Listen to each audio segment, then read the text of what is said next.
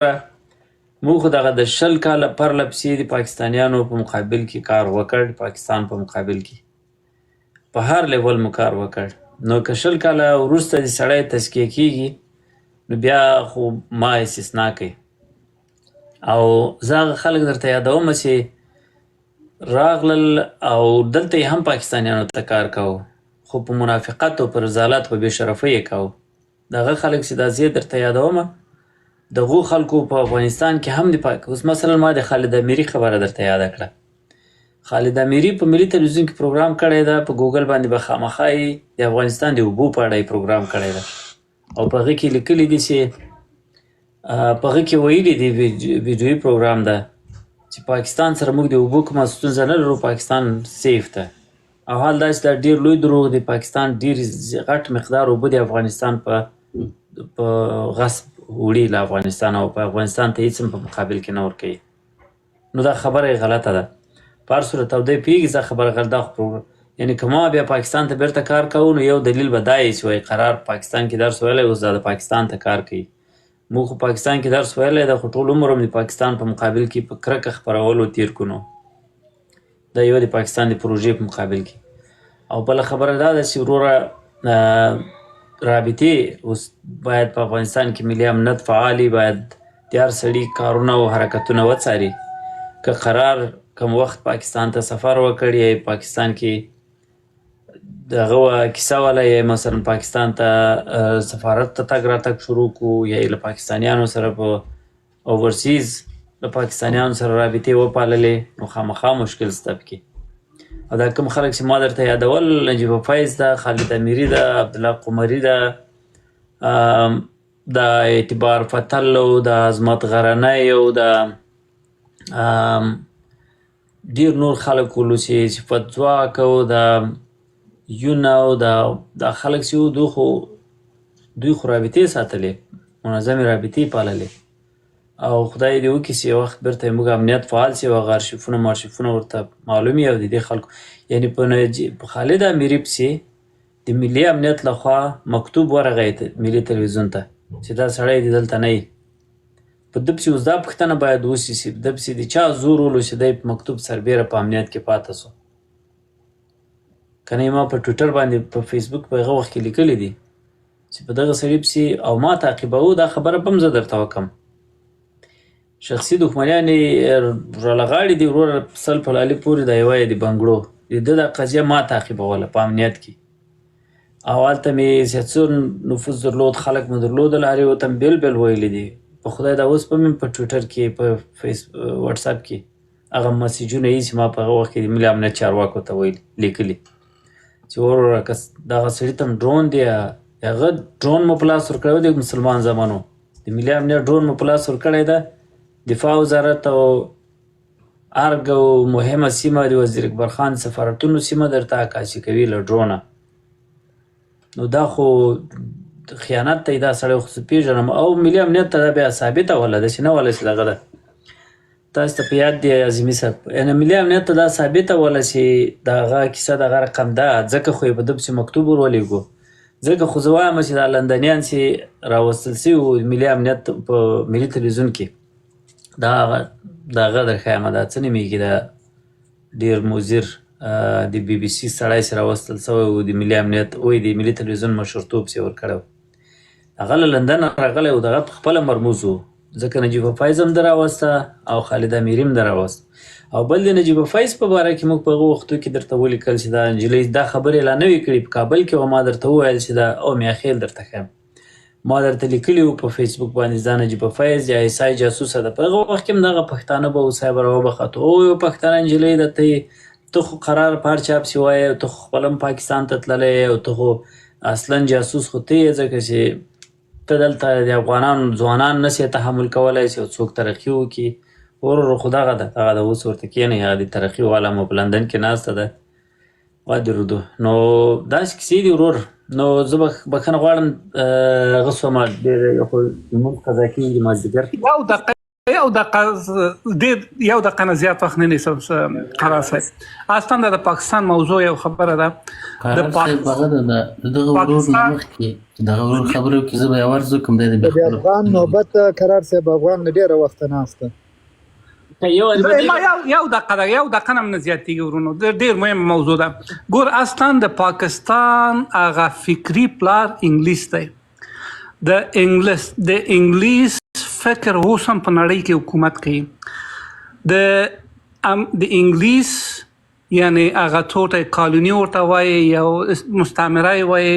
امریکا یې اوس هم مستعمره ده، کاناډا یې اوس هم مستعمره ده، استرالیا یې اوس هم مستعمره ده، حتی هندوستان یې اوس مستعمره ده. خو یو شی تاسو ته ډېر واضح کړم چې یعنې په د ټول زامنه کې هغه رامي زامن پاکستان ده.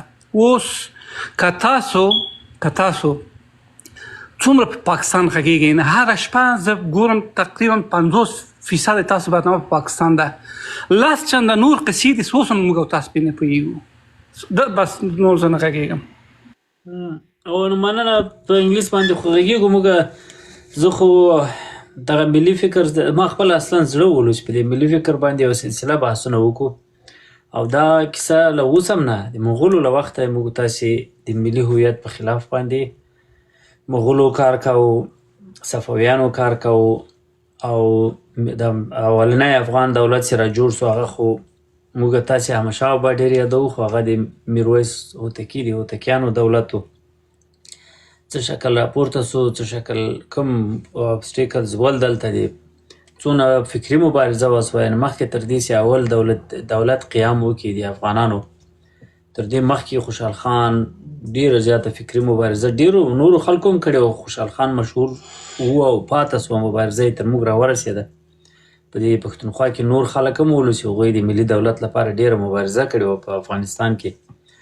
تاسې د خوشحال بابا شاعري راواخلئ بیخي د یو ملت شاعري ده، داسې نه ده چې د یو فکري شاعري ده او د بشپړ یو ملت دغه ارمان یې پکې هغه ایډیال یې پکې ترسیم کړی دی. نو او ډېر ارماني سړی پاتې سوی. ټول وخت یې ارمان دا ولو چې افغانان بیرته په هندوستان حکومت وکړي، افغانان بیرته خپل د واک څښتنان شي. د مغولو د استعمار د پای ته رسولو لپاره یې مبارزه کړې ده. نو زما زړه دی چې په دې ټولو مسایلو باندې له هغه وخته سړی راوغږېږي، راواخلي، داسې مرحله په مرحله باندې خبره راورسوي تر هیبت الله پورې چې انګریزانو څنګه موږ مات کړو. یعنې انګریزان درې وارې موږ مات کړي دي، دا وارې موږ سم مات کړي یو. هغه د درې واړو ماتولو زور یې په یو واره نه وایست. نو دا خبره خو دا دی هیبت الله او د انګلیس او د هیبت الله خېلو رابطه اوس هم ډېره واضحه ده.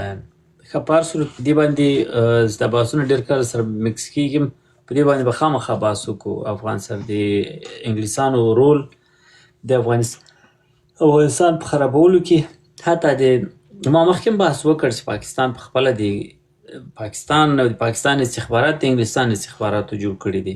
رابرټ کاتم چې دا هغه د MI6 د برټانیې د استخباراتو افیسر و، هغه ISI جوړ کړ او اول مشري د ISI همغه سړي وکړه. یعنې اول مشر د ISI چې و هغه انګریز و او ISI د پاکستان تر جوړېدلو وروسته جوړ سو. خو بیا هم د استخباراتو مشري انګریز کول او جوړ کړي انګریز دي. نو مخکې مې یادونه وکړله چې د پاکستان د برټانیې ملکه چې کله لوړه کوي د برټانیې په نامه پاکستان اوس هم په خپلو مستعمرو کې او په خپله سیمه کې یادوي. پاکستان د کامن ویلث برخه ده. دغه اوسنی آرډر چې په سیمه کې ساتل سوی دغه استعماري نظم چې په هغې کې د افغانستان ځمکه اوس هم غصب ده. دغه نظم چې ده د برټانیایي استعمار ده او هغه یې اوس هم پاسداري کوي، اوس یې هم ساتي. په هر صورت په دې باندې به هم سره غږېږو انشاءالله. زه وایم دغسې یو دغه HR څه نومېږي دوی HR رون صاحب ده که څوک ده بخښنه غواړم د نوم دې غلط راڅخه ونه ویل خبره وکړي. هارون صاحب ده چې هارون صاحب خو یو ځای نه دي سره ښه دوی به خپله خبره وکړي بیا به دا بحث سره راټول کړو. بخښنه غواړم زه خو لمونځ قضا کېږي راشي نو که ماته په دې منځ کې به وخت راکوئ او څوک خبره کوي موبایل دې بیا خلاص شي. مهرباني وکړه.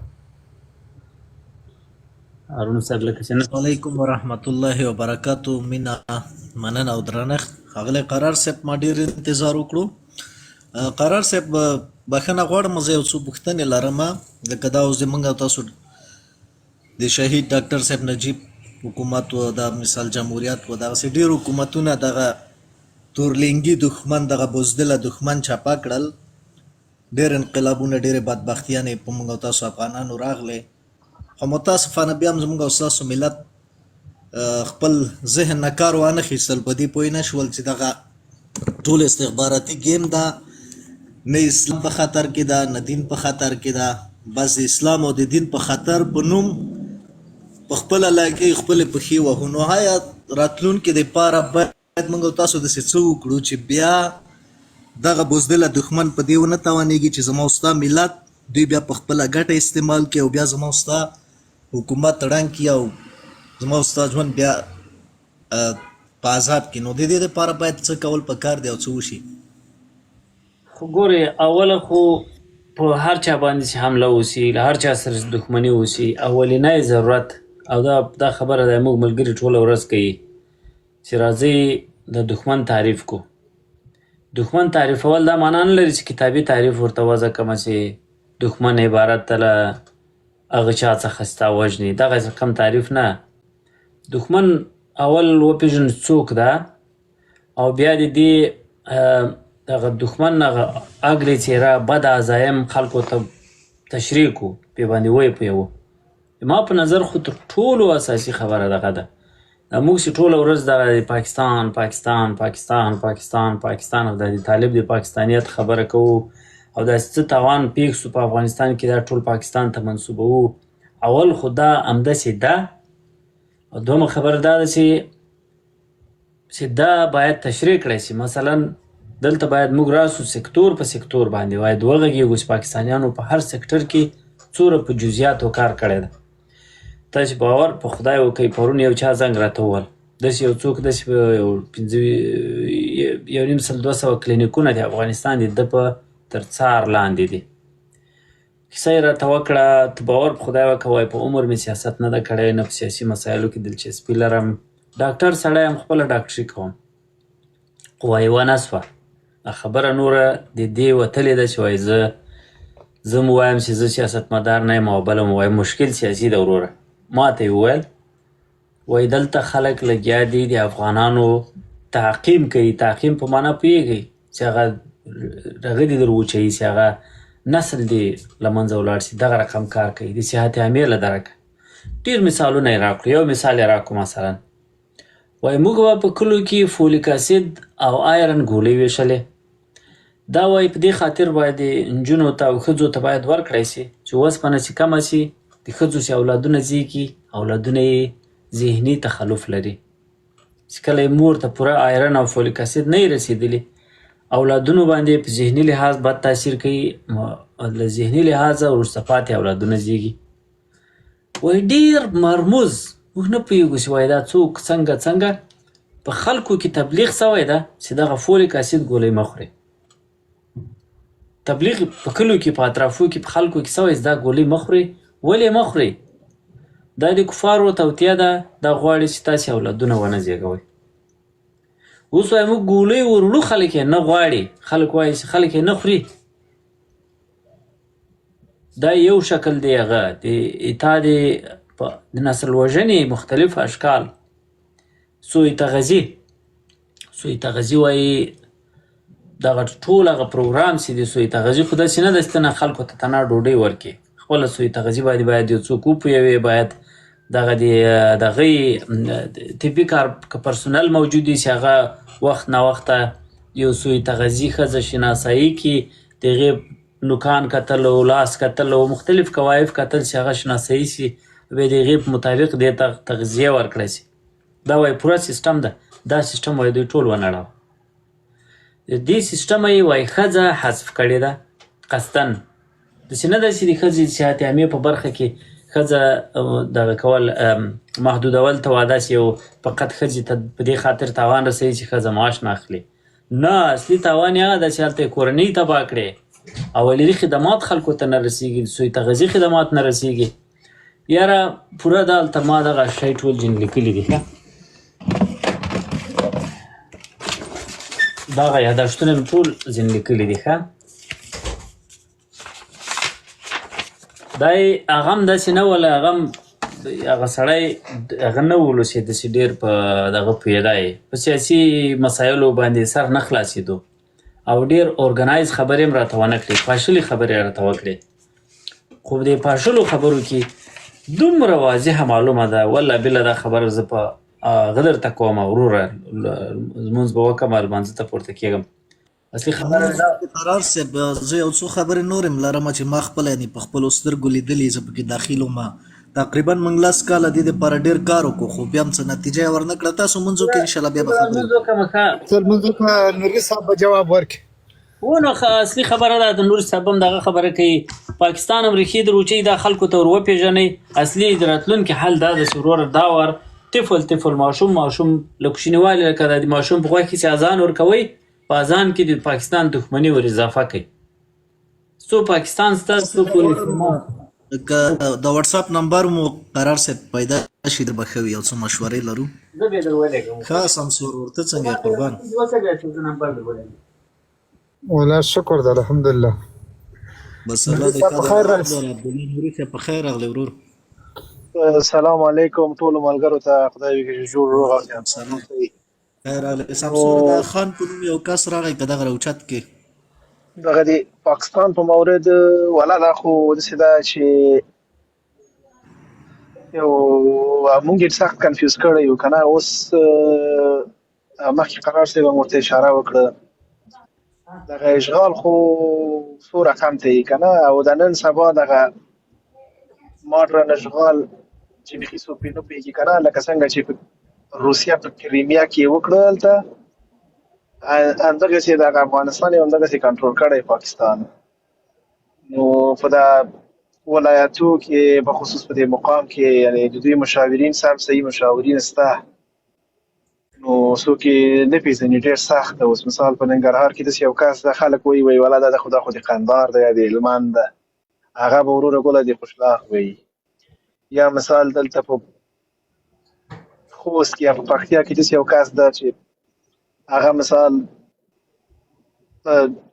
خلک وایي دا د قندهار ده خو هغه به د بل ځای وي یا مثال بیا په قندهار کې یو کس ده هغه به د تالو د انګو به وي خلک وایي چې ولا دا خو د خوست دغسې یو رقم ته یې کنفیوز کړی و نوري صاحب بخښنه غواړم بدمرغي دا هلته ده چې اوس اکثره خلک لکه موږ او تاسو چې پیژنو ورسره ناست یو ورسره ژوند کړی ده په دې ښه پوهېږي چې دغه ټوله معامله دغه ټول ګیم پنجاب روان کړی ده او دغه پنجاب تلاسن ذلیله کېږو روان یو خو بیا هم پټې سترګې دغه خلک بیا هم خپل ذهن روان دي چې والله نه دا سمه ده اوس دغه شل کلن فساد چې دوی ورته جهاد وایي زه خو ورته فساد وایم ولې د اسلام له نګاه یم چې وګورې چې هغه هیوادونه چې هغه خپله مثال غټ تورستان دی لکه امریکا سوه پاکستان سه چې دغه یوه ډله جوړوي هغه ډله حمایه کوي هغه راځي د یو مسلمان په مقابل کې په دې نوم جنګوي چې دا له د امریکا ګوډاګیان دي یا غلامان دي داسې ده ښه ګوره افغان صاحب اصل مشکل په کوم ځای کې ده دغه باندې موږ نه غږېږو او متوجه هم نه یو ورته دغه د افغانستان نه ده د افغانستان خو په حقیقت کې په دوو بخشو په دوو ټوټو تقسیم شوی که نه یو هغه کوز وطن ده یو ده خواته موږ یو